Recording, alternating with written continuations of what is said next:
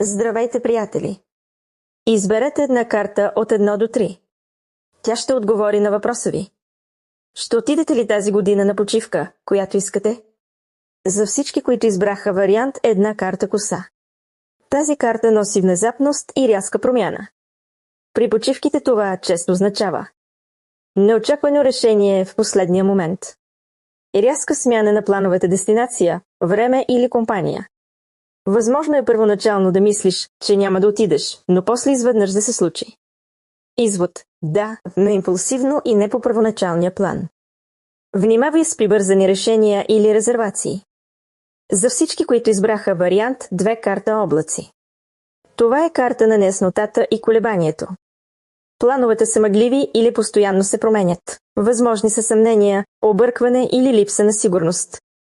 Може да има външни фактори работа, финанси, които да те спират. Извод. Почивката е възможна, но ще има несигурност и колебания преди да се случи. Нужно е ясно решение от твоя страна. За всички, които избраха вариант 3 карта мишки. Тази карта говори за изчерпване, тревоги или малки загуби. Притеснения около пари или време. Нещо изяжда възможността стрес, работа, ангажименти. Почивката може да бъде съкратена или не толкова спокойна. Извод. Има шанс да не се получи както искаш или да бъде ограничена. Нужно е да си защитиш времето и ресурсите.